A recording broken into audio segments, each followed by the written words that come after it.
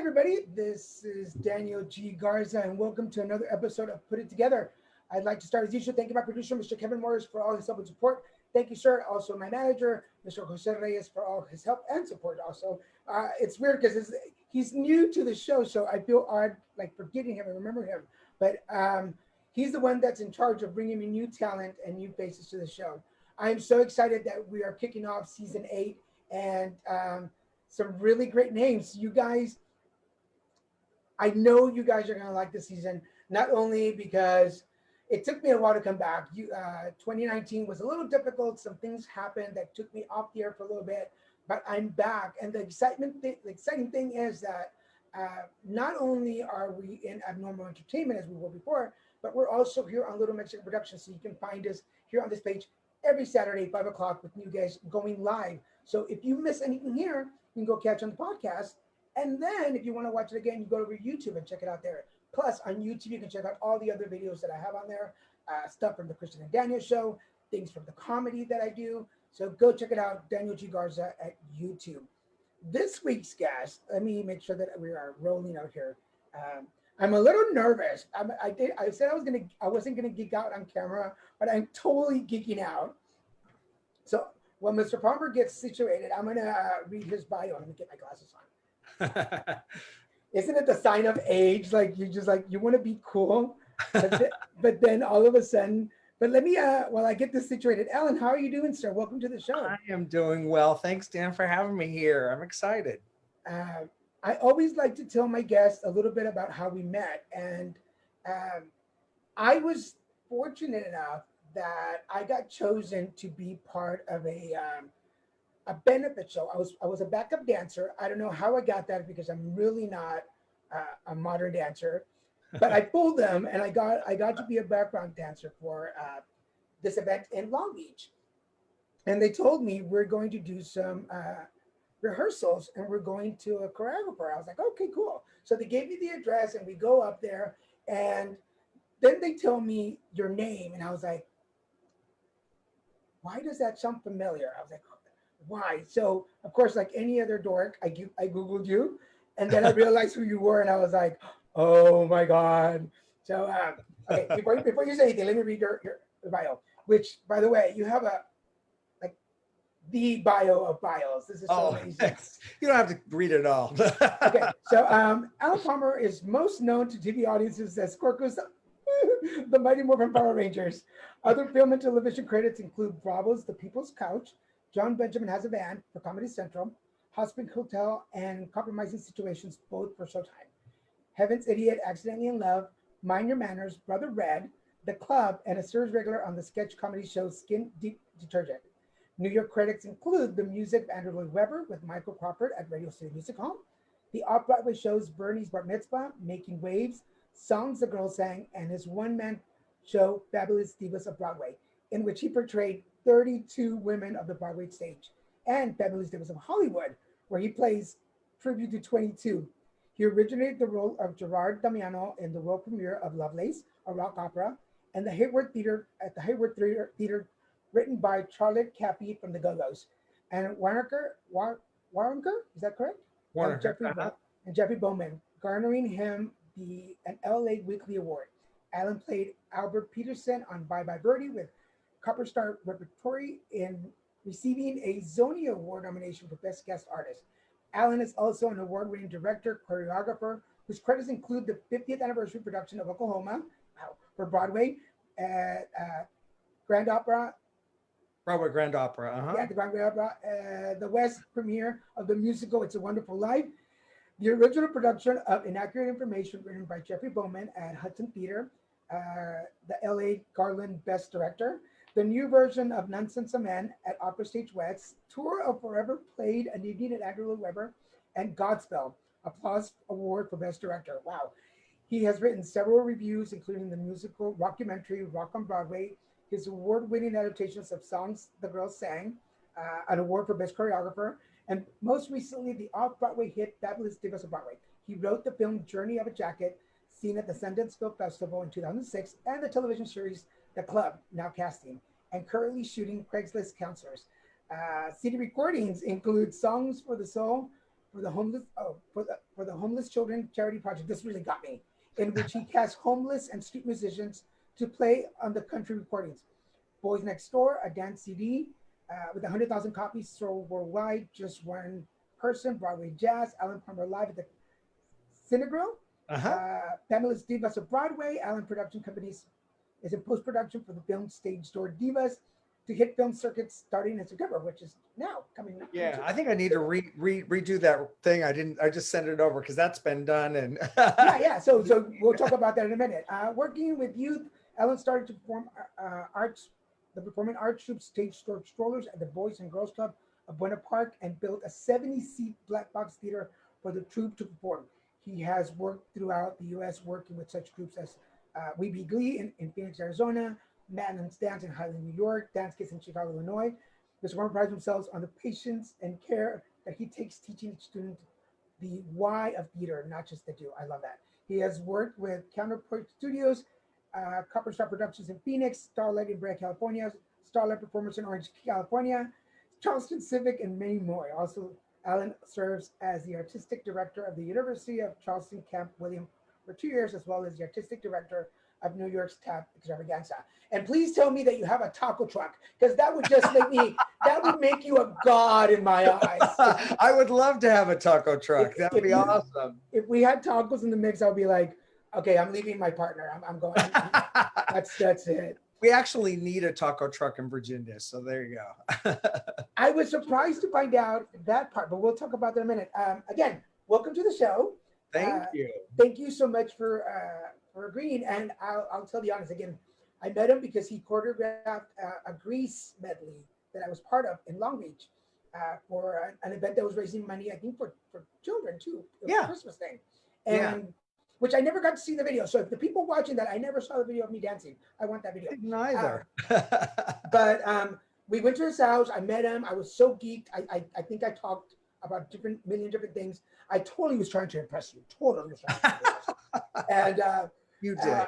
And then a couple of weeks ago, you messaged me on Facebook. And for those of you that don't follow me on Facebook, on my stories, I don't post my stuff. I post a lot of TikTok people.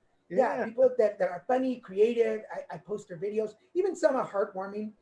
They all make me laugh. I love every one of them. So I just wanted to say thank you for posting them and keep posting them, because I just kept following them. They were just awesome. and then he messaged me and I was like, Garza, here's your chance. Fluff up those fairy wings and ask him. And he kindly agreed. So thank you so much for doing that. Thank you. Thank you. But let's go back a little bit to your bio before we really start. You have, I'm going to say, because the Power Rangers is first on your bio. Yay! A lot of celebrities, I'm going to start with this part before we get into your story, but a lot of celebrities, shows of that era and of that times, kind of like were so trying to not be and did really, not that they didn't do anything with their career, but they really didn't embrace the popularity that shows like that brought you. And it seems to me like you totally embraced who you were. And you're like, hey, I'm on top right now. Let me just do whatever I can do. Am I correct? Well, you know what's funny is we shot it, 20 something years ago, 23 years ago. And it wasn't until about 10 years ago that all of a sudden there's this resurgence of when they started Morphicon. I believe that was 10 or 12 years ago. I didn't go to the first Morphicon because I was in Scotland doing a show. And my friend Raja, she was the lead alien ranger in Power Rangers. She went to it and she said, you have to do this next time they do it. So when I went there, it was just like this crazy, overwhelming amount of love from different people from all around the world. And I was like, this is really cool. So we got invited to a bunch of different cons around the world. And gosh, it's so much fun to be able to get to speak with these people that I was like, you know what? I'm going to embrace everything about it. The funny thing is we shot the 10 episodes that we did the first season, and then we did one episode the next season, but we shot it all in like maybe 3 weeks or so.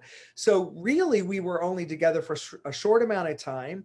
And, and you go on to the next project or whatever. You don't really, it's funny. I never saw the episodes until 10 years ago. I was like, gosh, I should watch these things and see what happened with them. And so it was kind of fun to relive that. And Do you find it? Because okay, so do you find it interesting how people like? Well, I'm gonna be 50. Everybody knows this. I'm gonna be 50, and but shows of like era, like everything in the 80s, 90s, even early 2000s, like it's nostalgia now. Now we're such yeah. even like you. I didn't even realize.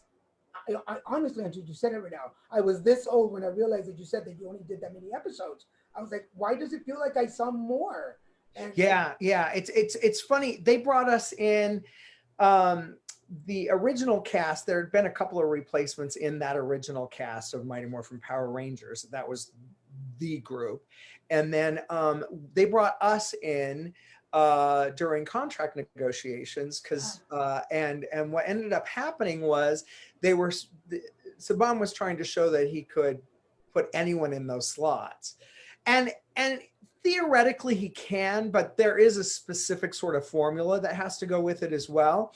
And I'll tell you, every single person that's been part of the Morphin legacy has been the most genuine, lovely people that I've ever had the privilege to meet. So it's great to have that group of family that has your back. We have theirs, and it's a super cool thing to be part of, and it's still running today. And when Saban sold it to Disney, the brand kind of was started to die because it was just another acquisition for Disney. But when Saban bought it back from Disney, he had the key. He had the real key, and it just lifted back up again, and it's been doing well. And thank goodness, because of the freshness of the new shows, it helps us stay in the limelight as well. So it's really cool. And it's parents, it's grandparents, and kids today that know us. So that's kind of rare. Do you know what I mean? Well, congratulations. I know that Thank you. As an actor myself, also, like I know that it's rare that you find a project that outlives you, really. Like, Yeah. It's bigger than you. Yeah. So congratulations on that. I know. Thank you. Well, we want to hear more about your story. So, Ellen Palmer, tell us how you put it together. Well, it's funny. I started as a child wanting to perform, and I saw Peter Pan, the tour of Peter Pan, when I think I was 4, and I was like, oh my gosh, I want to perform like that. And so my parents didn't really have any sort of idea of how to make that happen. So I always felt like I was a 30-year-old man in this child body. And so I would look through the paper. I would pay attention to everything that was going on, and I would go to auditions and just be part of whatever was going on.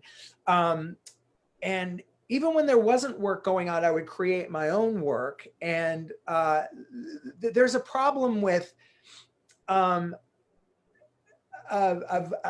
really loved music and I wanted to do music. I really loved acting. I wanted to do that. But the problem was I didn't want to move to LA or New York. And I was like, and my parents were like, well, where are you going to perform? If you're going to do this for a living, you really should. I was dating someone when, let's see, I think I was 19, and I was dating this guy that I got offered a job to go to Nashville to do Opryland.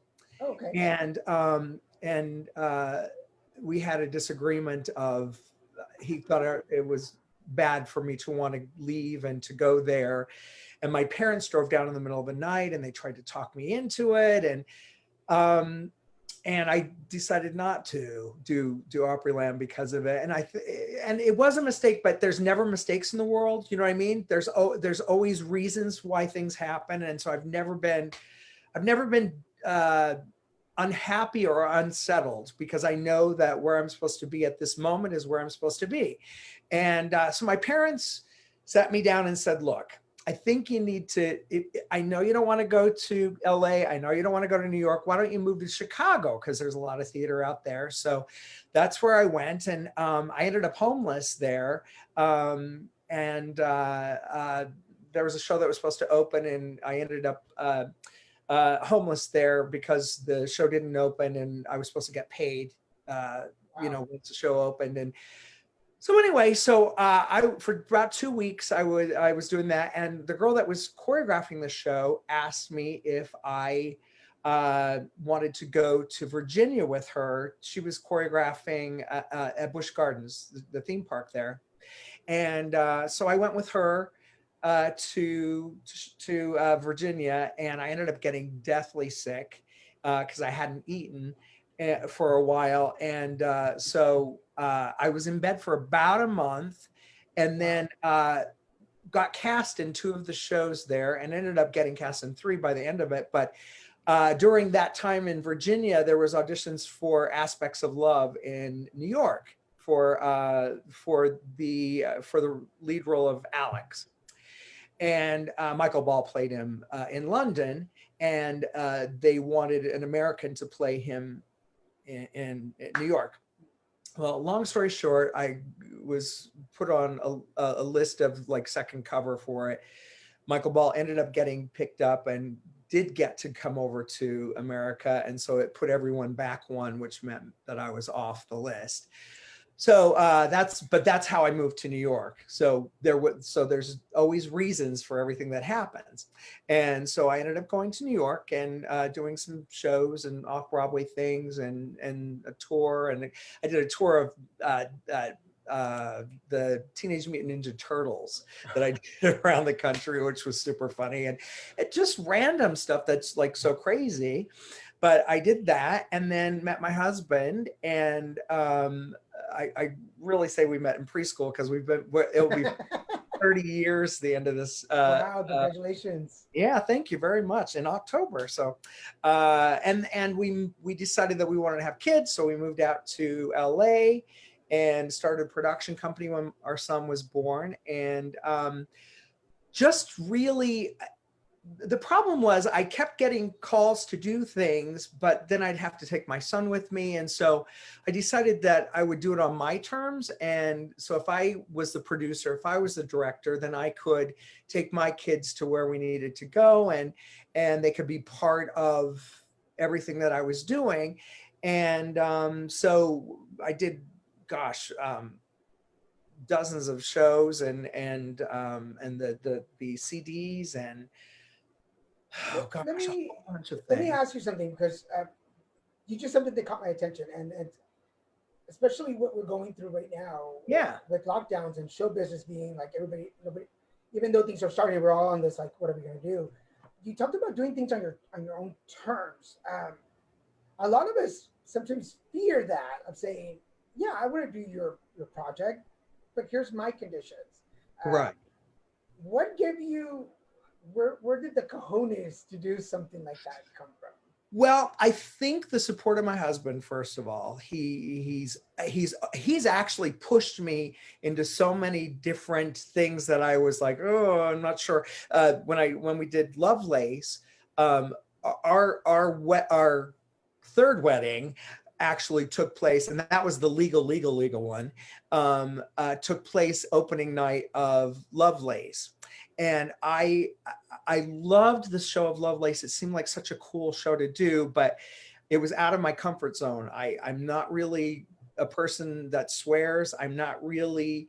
It dealt with a lot of sexual stuff that I've been, I was raised kind of in a Mormon society, so I really was a little more conservative than this. And Jim was like, you have to do this. So I did it, and met just some of the greatest people of my life that I cherish to this day. Katrina Link actually was the lead in it. She actually won the Tony Award 2 years ago for Indecent. No, not Indecent. She did Indecent just before that. Band's Visit. Hmm. She was the lead in Band's Visit, and she's actually doing company right now, the leading company on Broadway, but it's closed right now. So hopefully we get to go back to see it. Charlotte Caffey from the Go-Go's, she wrote all the music for it, and Anna Warnaker, and Jeffrey Bowman was the writer, the original writer of it and creator of it, and just met just wonderful, wonderful people that I look upon as great friends and great mentors, and just lovely people. Before my kids, but anyway, so my husband said, you have to take this thing. And I said, well, it's, with our wedding happening, and he goes, we'll work it out, but you're going to do this show. So I did. And I'm so happy that we ended up doing that, because I ended up going to Scotland with the show 10 years ago, as a matter of fact. And then I took 3 more shows to Scotland after that. And I'm getting ready to take 3 shows that I've written next year. It was supposed to be this year, but everything got moved back a year. So, wow. So that's really kind of fun. There's something in your story that I'm kind of catching on to, there seems to be a pattern that there are these near misses, but then something really great happens. Yep. I heard, and this is really interesting, because I was just listening to a show yesterday where Clint Black, I was listening to Clint Black on a podcast, and he was talking about, one of the audience member asked him about any regrets. Do you have any regrets in your career? And he said, well, everything happened for a reason, but if you don't have those regrets to look on, it doesn't push you to do the things you want to do in your future. Yeah. I would never say regret. There's no regrets in there. Okay. If it wasn't for the way things happen, I wouldn't have met my husband. We wouldn't have had the kids we have. I just before we got our kids, I toured over in Europe with the Chippendales, and as a singer. Poor you, Alan. Which was super fun. And the cool thing is, my gosh, we met Janet Jackson on a French television show we were on. We met Elton John, Grace Jones, all these really cool people. We partied with these people. And it's so funny how they considered the Chippendales like stars over there. And so we were in the paper constantly. Somebody always wanted to fight the Chippendales because they were taking their women or whatever. So it's all these really interesting things that I'm appreciative of what it is. What that did for me was help me appreciate Europe. And I wanted my husband and my kids to appreciate Europe as well. So we've traveled over there a bunch so that I could show them what I saw when I was through Chippendales. And it's just such a really great journey if you are in the moment and appreciating what you're doing. If you're ever going, gosh, I wish I were doing a Broadway show, or I wish I were doing a series that I could do everything. Well, don't wish it. Do something that, just appreciate what you're doing now and do little steps to do whatever. If you don't ever reach that point, it's okay, because the journey's been awesome. Yeah. It's an amazing journey, and it can be an amazing journey if you appreciate it. If you don't, you can get caught up in work, because a lot of us have to work in order to be able to afford doing, the art that we want to do. I have been very fortunate enough to be able to have a husband that supports me, and that the work choices that I've done have stayed in the realm of art. Do you know what I mean? Yeah. Thank goodness I haven't. I'm telling you, there's nothing wrong with this. I waited tables for many, many, many years, and I loved it. I loved that time, but thank goodness I've gotten to the point now where I can choose, where I want to go and what I do. That being said, when I was a child actor and being on the set of different shows, Footloose, for instance, when I was in Footloose years and years ago as a kid, I asked every single person what they did for, what their job was on set. I watched what they did. I watched how they handled things, took notes, took mental notes, took physical notes, and appreciated craft service. I appreciated my makeup artist. I appreciate, the person that walks me to set. I appreciate all these people, because if it wasn't for all of them, I couldn't do what I was doing. So those are really important things. And don't ever be a dick, because it will bite you in the butt. I have tried to be as true as I possibly could be, as kind as I possibly could be to everyone. And everyone that I meet, I truly believe is a friend. Do you know what I mean? And there was a workshop when early when I've been in California now for 11 years, but I remember one of the very first workshops that I went to. I'm usually pretty friendly and say hi to people. It's like, hi, how you doing? We got into the workshop, and the casting agent that was running it looked at all of us, and she's like, look to your right, look to your left, look in front of you, look behind you. And she's like, how many people in this room did you say hi to before you walked in? And I was like, oh, I said hi to him. I said hi to her. And they're like, if you can count 10 people at least, stand up. And I think I was like one of 5 people that stood up. oh, wow. And she looked at the room. She goes, look at these 10 people, or look at these people standing up. They're gonna make it. They're gonna make it. Wow. And I took that to heart, and I thought, Yeah. I need to keep doing this, and a validation, I guess, because it's always, I love having guests that talk about like their career and the path that they took, because it validates me. Like, I kind of had an idea that maybe I'm never going to host the Tonight Show, maybe not, but I can have the Daniel Show. Yeah. I can have my show. I And don't it's want to the start. Yeah, I don't want to step in anybody else's shoes. I don't want anybody else's career, but maybe somebody out there is going to see this video and go, wow, he handles the microphone well. Let's call him in.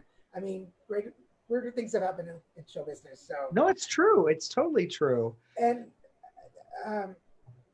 staying in the moment. I wrote down staying in the moment, because you're right. So many times we cut up doing background work, and I'm like, oh, I wish that I could be there, and you're not doing your job. You're so right. Well, and you're not appreciating what you're doing at the time. You're not just sitting there going, gosh, this is really cool. Do you know how many people would want to be an extra in a movie? Who cares? Do you know what I mean?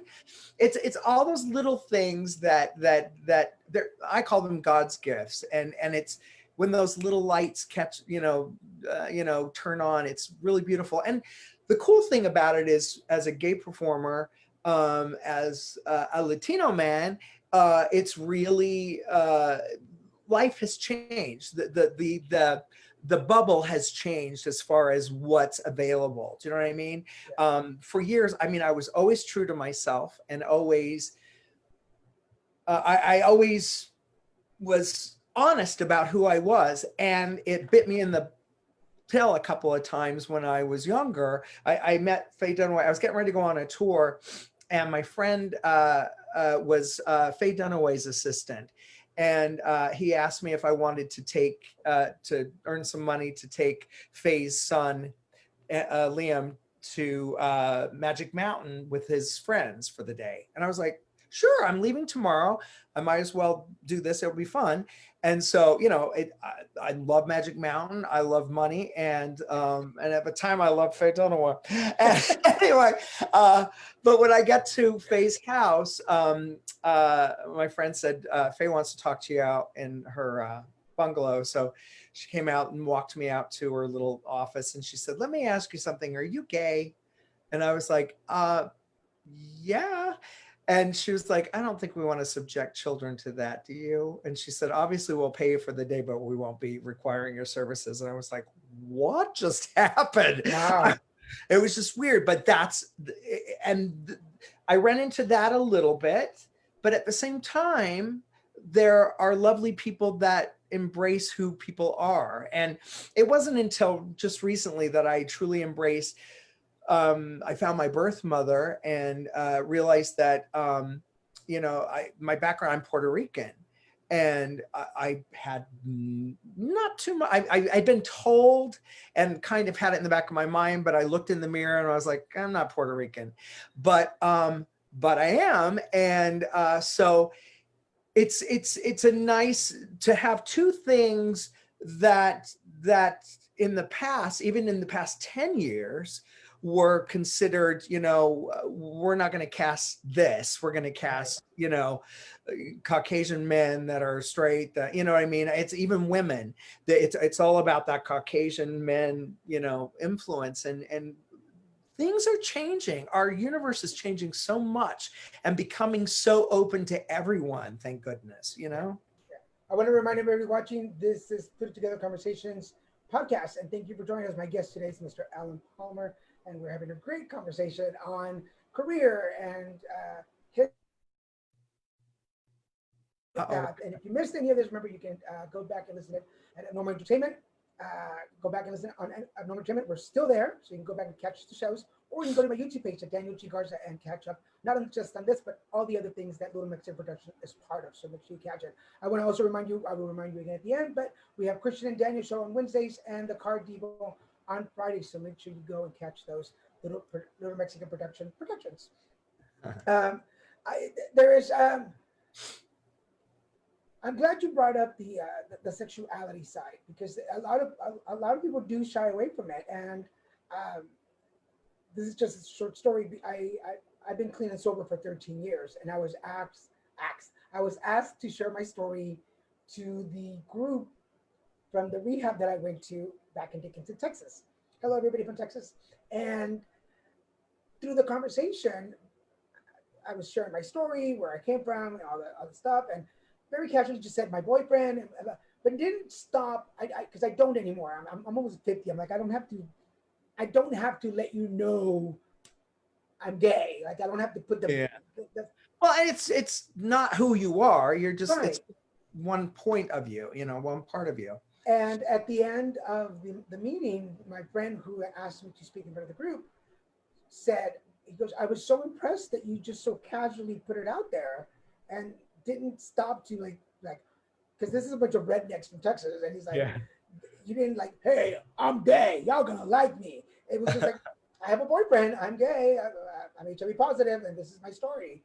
But what it did was, so many people that he said, people who normally would not have said anything in a meeting, felt comfortable enough to like during the meeting and say, hey, we appreciate your story, thank you. And he's the one that told me, he's like, these are folks that normally don't say anything because they can't, there's no reflection for them.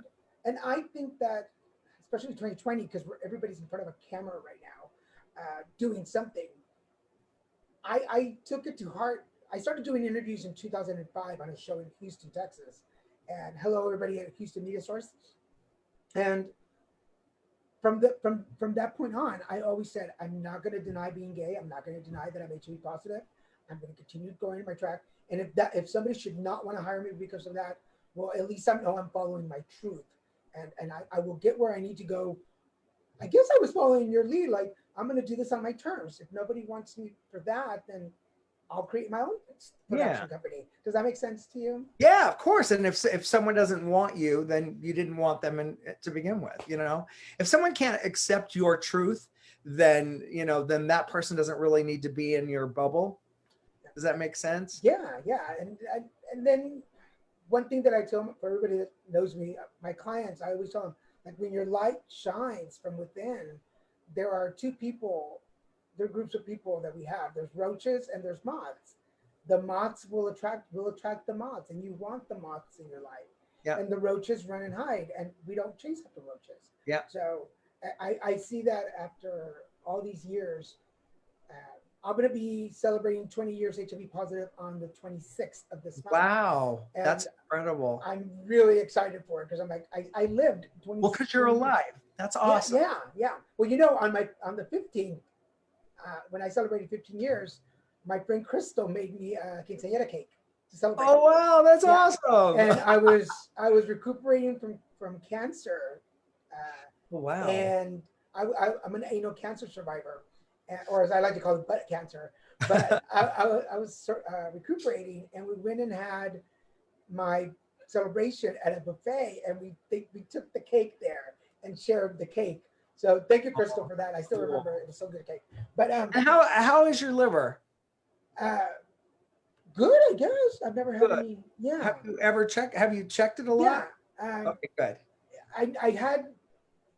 There were times when I had very high liver enzymes, Uh-huh. uh, mostly because I drank a lot, and then because Yeah. of HIV medications, and then chemo. For those of you that don't know, chemo will affect your kidneys and your liver, so it does. Yeah.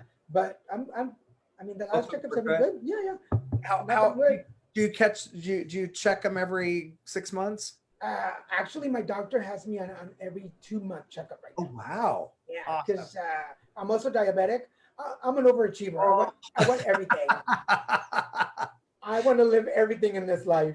And so they got me on 2 month checkup just to make sure that everything is right. I'm kind of Good. stubborn, and I'm a Mexican taco lover. I'll admit it. Like yes. So Aren't it's we all? it does a hard thing. Can I ask you a question? Because you did mention that you're not in LA anymore. What made you want to leave LA? Well, it's a perfect trans Segue. segue here because my husband actually has cancer, Oh, and he was uh, they put him out on permanent disability this past year, last January, and so we were like, we're just we can stay here and we can live, but we could move somewhere that's better air quality, that is a better way of life. We have natural spring water that well water that we drink.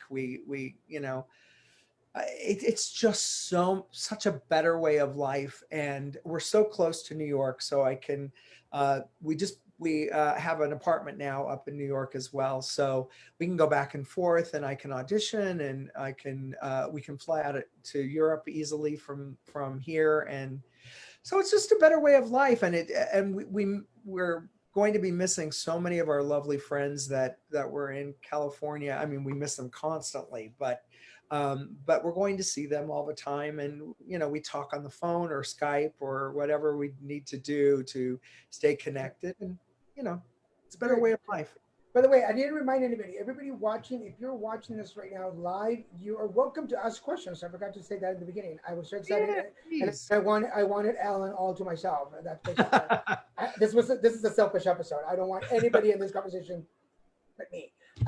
But if you're watching this live and you want to ask questions, but you got to be in the thread. You make sure you go in the thread to ask questions, because we've had that issue that people ask questions on the outside, and if you're watching from another page, I can't see the questions.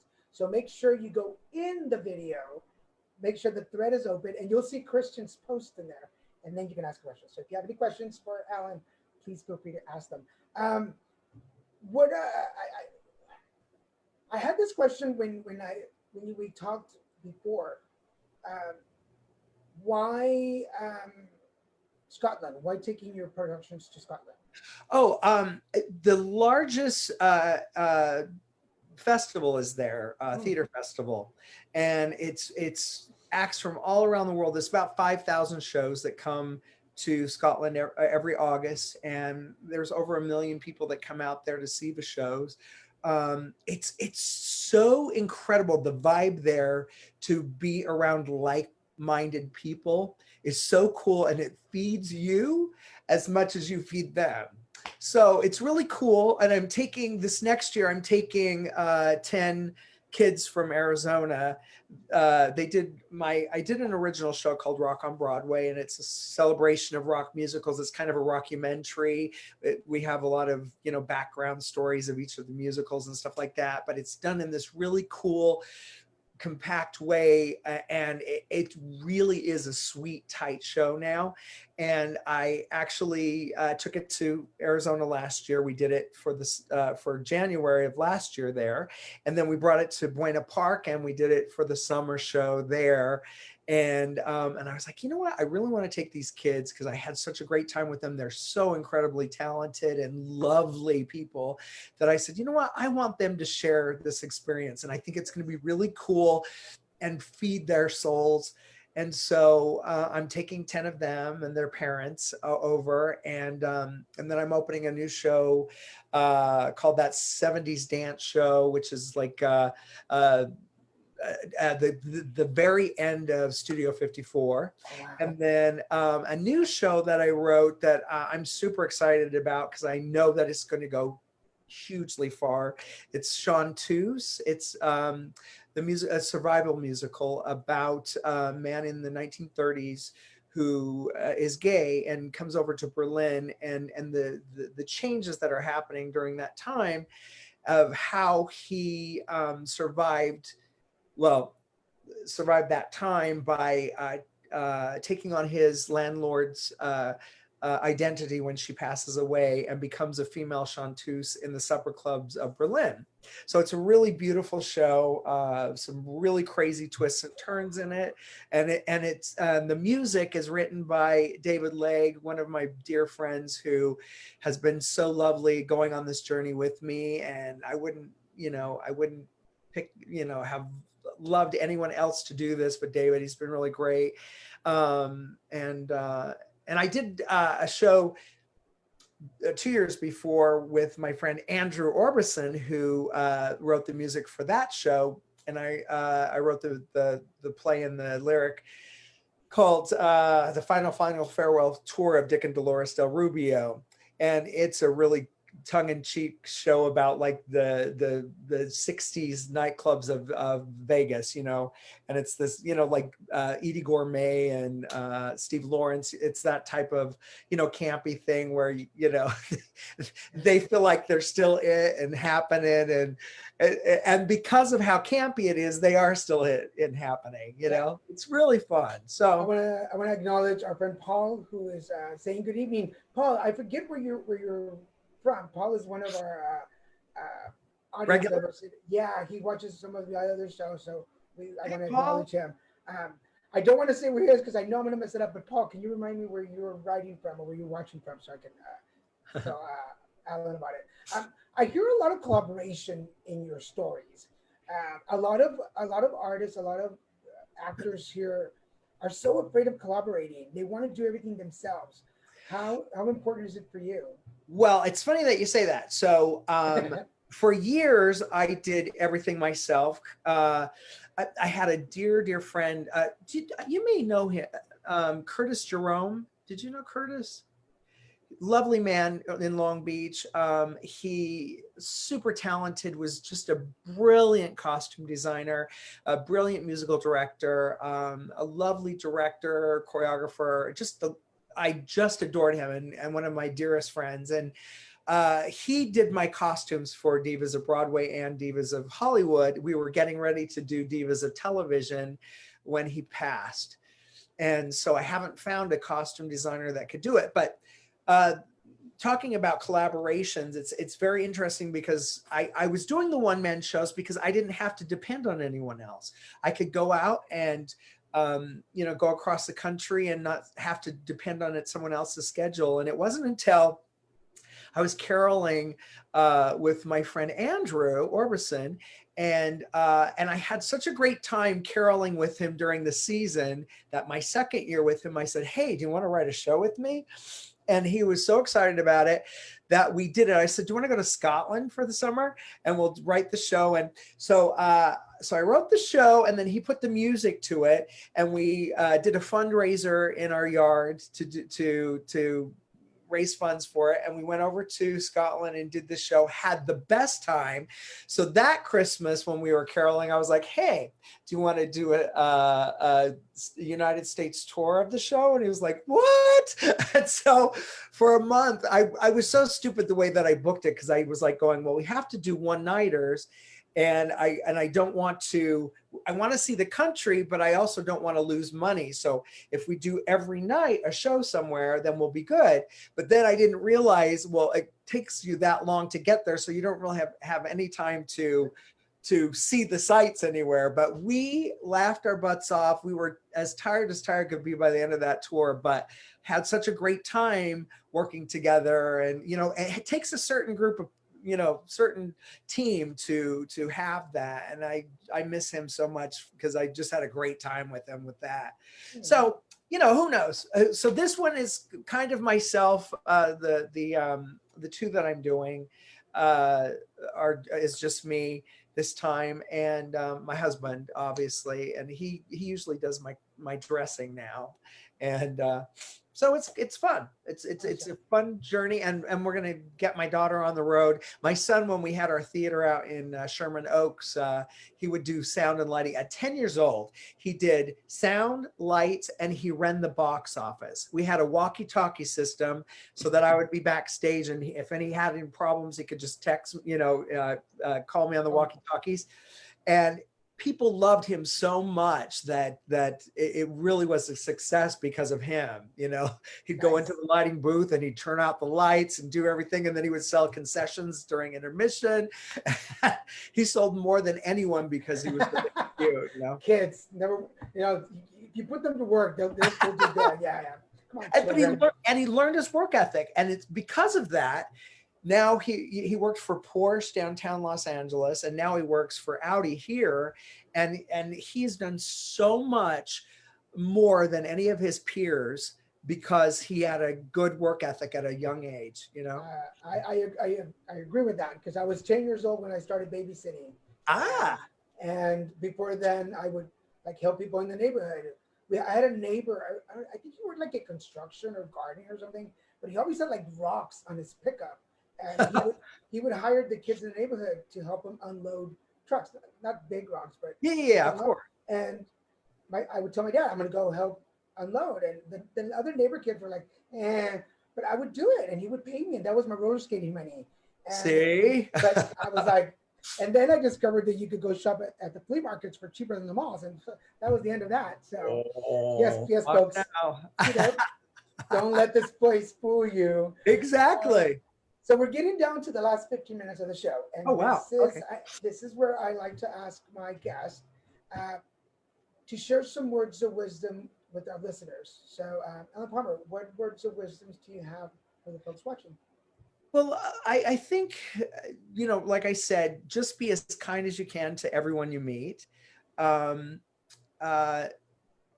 Take note of everything that interests you. If you're on a train going home from somewhere and you see something fun that you do, write it down. You can find the best. You as a comic, you can find the best stand-up just jotting stuff down that you see daily. Be appreciative of all that stuff, and then enjoy the journey. And if you can create.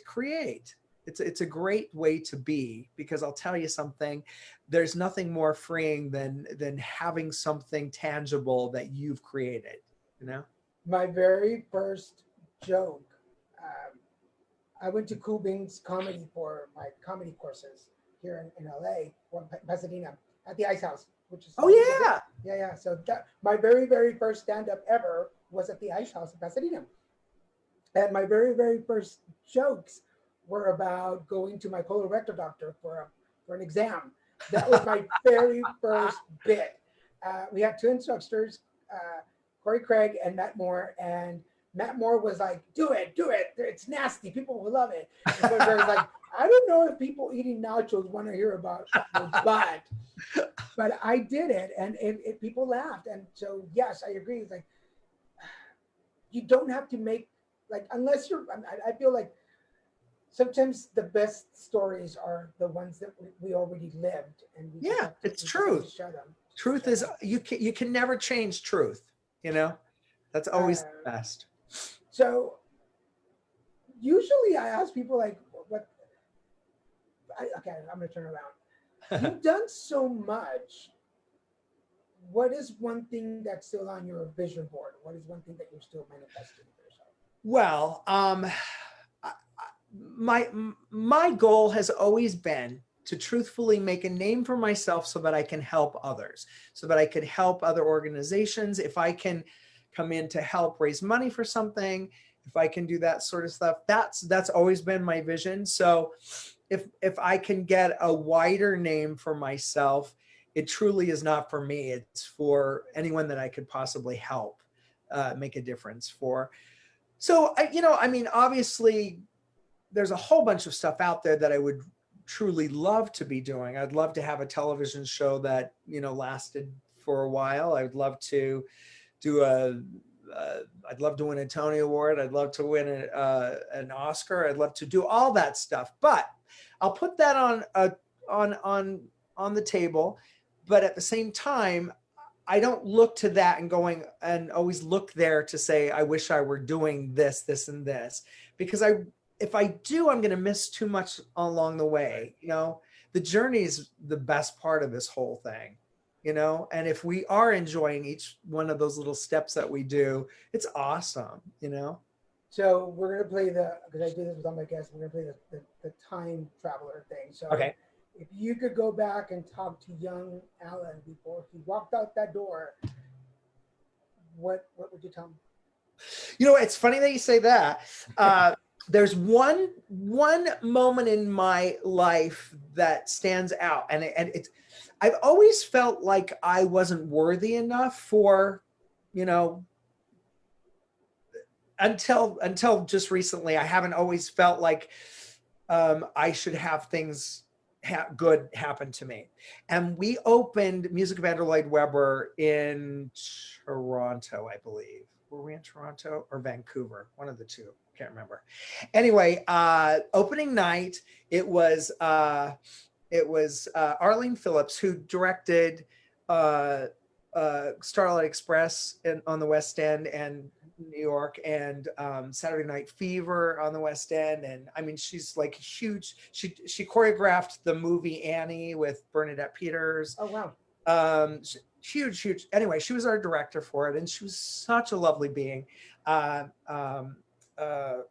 Michael Reed was the conductor arranger for the tour.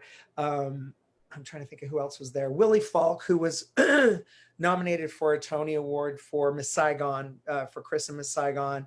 It was this whole Andrew Lloyd Webber, this whole group this table full of people that I had admired from a distance. And I'm working with them at this point in time, but I didn't feel worthy enough. And my friend Willie was like, at that time we were friends, but we'd just gotten to know each other. And he was like, hey, come on over to the table. And I was like, no, you guys have fun. It's good to see you guys.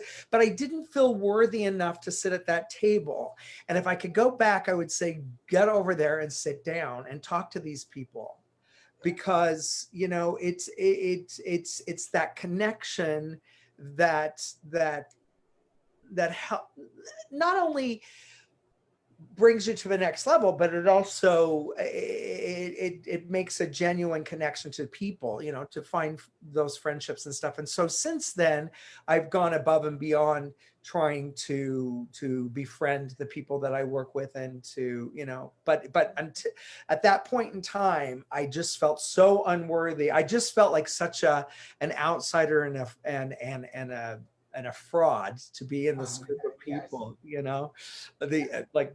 It was a huge group of Gay Willis, who had done the Toronto company of Phantom. She was Christine over there, and she was in Showboat and all that stuff. She's such a lovely being. She's just incredible.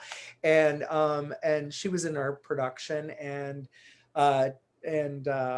Juliet Lambert, who was in Meet Me in St. Louis on Broadway, and Passion, and it's all these group of people. And Ty Taylor now, I mean, at that point in time, he hadn't done so much because he had just graduated from Carnegie Mellon. He and Tammy Tappan, and but Ty Taylor has made such a huge name for himself by doing his own work, by starting his own band. He was in a killer group called Dakota Moon that was like a Black Eagles, like an acoustic sort of sounding group. I love them so much. Everything he sung was just like butter. And then he ended up going with this other group, and Vintage Trouble, this other group, and they opened for Styx, and they opened for the Rolling Stones. They opened for all these people over in London, and he's like traveling, doing all this stuff. And then he comes back and does things, you know, here locally. And I loved his energy. And he was actually, I know it was him that got me into music of Andrew Lloyd Webber. We happened to be working out at the gym, and we started talking. We were both stretching out in the workout room, and we started talking, and he was like, "Oh yeah, I'm doing the music of Andrew Lloyd Webber." So I said, "I just had an audition. I have a call back tomorrow." And he's like, "Oh, cool." And I know he probably put 2 cents in. Do you know what I mean? But he was the dance captain for it, and just such a lovely being. And I'll always admire and respect him. And I have no clue where we were going with all this stuff, but but it's, you know, it's a good group of people. It just, I think that my takeaway from this, and it's something that I practiced in the last several years, is when somebody invites you to the table, go sit at the table. Sit at the table, partake. Yeah. Go sit. Yeah. And so many, and I'm with you, so many times when I first moved to LA and Laguna, and I would be invited to stuff, and like you, like, hey, come join us. And I'd be like, oh, but Yeah. And you walk away and you go, I should have done it. I Could have. If anything, to just hear the stories and embrace the energy. Just embrace the energy. Yeah. Oh, I'll tell you this. So I was doing a film called Mixed Nuts years ago with Steve Martin and Robert Klein. Oh my gosh, Adam Sandler.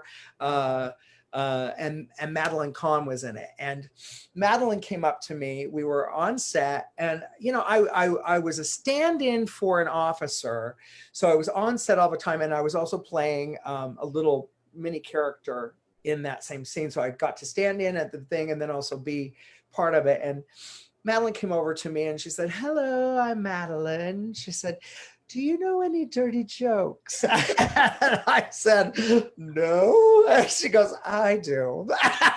And she just started telling these jokes, and she was so funny and so lovely and loving, and it's those little things that bring you to what you are today. Do you know what I mean? Tom Hanks' wife, Rita Wilson, was in it as well.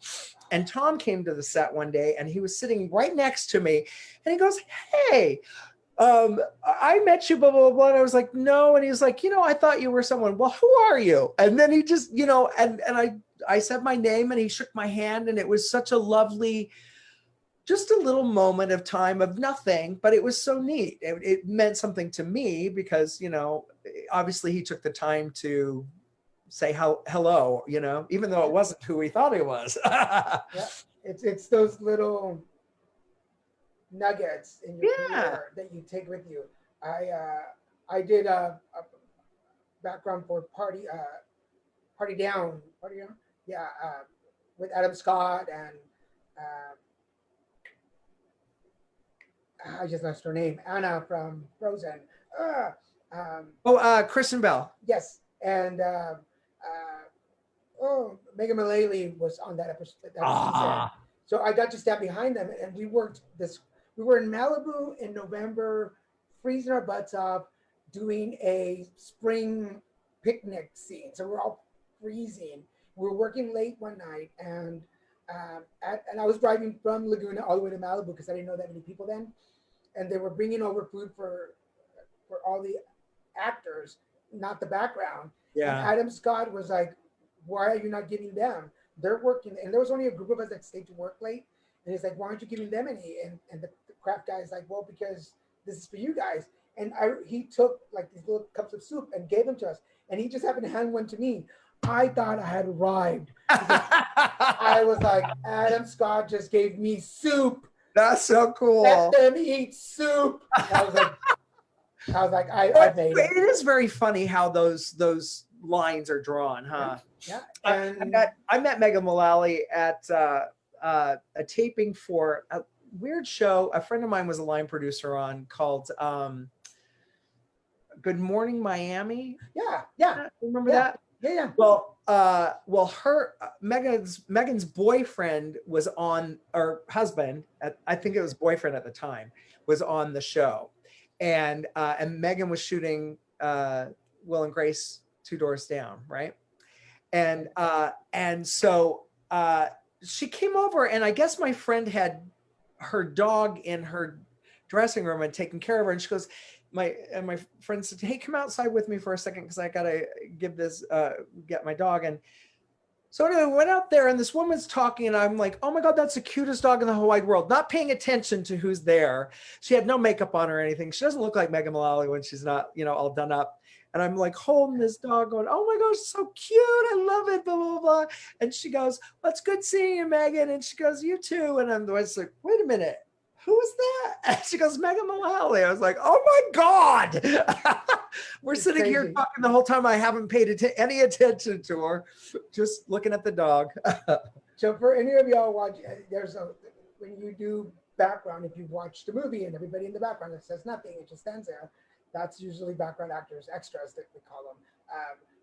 But we sometimes you're lucky and the actors are pretty cool and they'll come and mingle. Because now we have another degree of separation.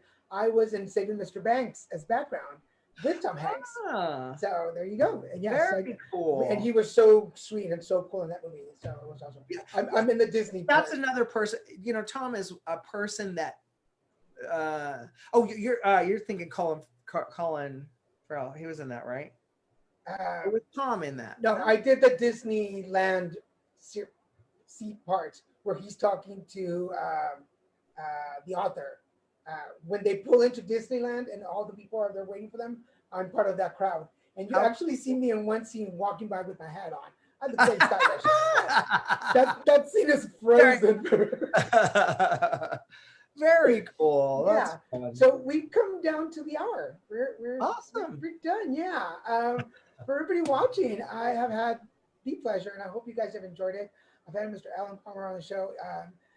If you missed any part of this, please go back and listen to it. There's so much story. There's so much. I love when guests have their own stories and it meshes with the way that I carry myself, because it validates for me that I'm on the right track, that I'm doing something right. So any last words before we go? No, just do what you do and enjoy it. I think that's the best thing I can say. That's hey, for everybody out there, especially right now, be you, be creative. Don't if you're sitting at home, we don't know how long some of this is going to last. We don't know how long you're going to be home, or don't wait. Just do it. Let me tell you, some of the best things that I've done recently was grab a camera and sit down with my boyfriend at the table and go, "Hey, we have a show. People watch us," and it gets entertaining. It gets fun. You never know how much you have to give until you just start giving, and then it just comes out. So it's true. Share with the world. For now, I want to thank Jose Reyes, my manager. I want to thank my producer, Mr. Kevin Moyers, my director, Christian Paul Ramirez. I want to thank Mr. Alan Palmer for being on the show. For everybody watching, go check us out at normalentertainment.com, where you can find all the shows on the network. You can go back and check out some of my older shows. We're almost reaching 300, almost there. So go check those out. YouTube, go find me at Daniel G. Garza, where you can find not just this show, but other things that I've done. Go follow me, please. TikTok is still available. I know right now we're like, is it going? Yes, TikTok is still alive. It ain't going nowhere. So go find me on TikTok on Monday nights at 9 p.m. Pacific Standard Time for the Card Depot show. Check us out on Wednesdays for the Christian and Daniel show at 7:30 p.m. And on Fridays, the Card Depot show on Facebook. Yeah. As you can see, Little Mexican Productions is growing. So if you want to be a guest on any of our shows, or if you want to contribute, please let us know and get in touch with us. Just drop us off an email. It'll be all in the descriptions. We're glad to have you. For now, I want to thank again my guest, Mr. Alan Palmer, for being on the show, inviting you all to check us out. And for now, this is Daniel Garza for Little Mexican Productions saying, hey, put it together. Thanks, Daniel.